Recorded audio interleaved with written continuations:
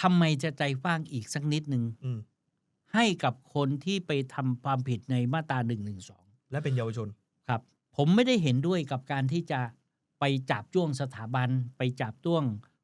องค์พระมหากษัตริย์นะ สังคมไทยไม่ควรเป็นอย่างนั้นอยู่แล้วมีประมุขแต่หลักใหญ่ใจความเนี่ยถ้าฟังได้ว่า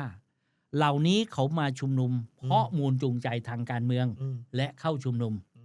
แต่เลยเถิดต่อไป ข้อหนึ่งมาจากการชุมนุมแล้วนะ มูลจูงใจมีความเชื่อทางการเมือง และเขาไปพูด เช่นการโพสต์การแชร์ การลงเพจ ใน หรืออะไรก็แล้ว Facebook ต่าง ๆส่วนใหญ่ก็จะเป็นอย่างนั้นนะ ใช่ 112เนี่ยทำไมไม่ให้โอกาสเขา ม ในขณะคนอื่นเนี่ย ปิดหน่วยเลือกตั้ง ใช่ ยึดสนามบิน คล้องโซ่คล้อง ความเสียหายไม่รู้กี่หมื่นล้าน นั่นเป็นความเสียหายทางกายภาพคำนวณทางเศรษฐกิจได้ เลย คำนวณเป็นเงินได้ แต่นี้อาจจะมีผลในเรื่องของความรู้สึกความมั่นคง ก็โอเคละถ้ามองเนี่ยไม่ใช่เจ้ากันไป เรื่องอื่นเนี่ยเจ้าทุกข์อาจจะเป็นหลวง ครับ เจ้าทุกข์อาจจะเป็นเจ้าของทรัพย์สิน เจ้าทุกข์อาจจะเป็นคนที่ถูกกระทำและตายไปที่ยิงครับ กันตาเนี่ย แต่เรื่องนี้เนี่ยผู้ที่ได้รับความเสียหายก็คือสถาบัน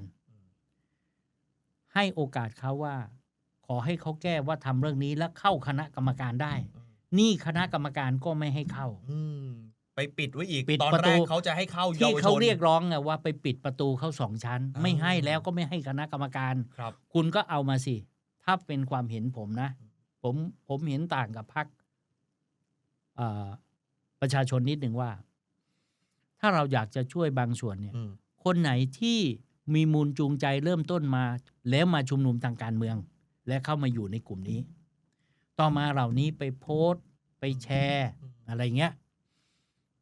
ถือว่าจุดเริ่มเข้ามาจากทางการเมือง เหล่านี้ควรจะเข้าคณะกรรมการได้ต้องเขียนไป ครับ แต่คนไหนที่ไม่ได้เกี่ยวกับชุมนุมการเมืองเลย และมีทัศนะที่ไม่ดีต่อสถาบันหรือองค์พระมหากษัตริย์ องค์รัชทายาทเหล่านี้ไม่ควรจะได้รับการนิรโทษ เขียนให้ยัดแยกกันออกมาได้ คือ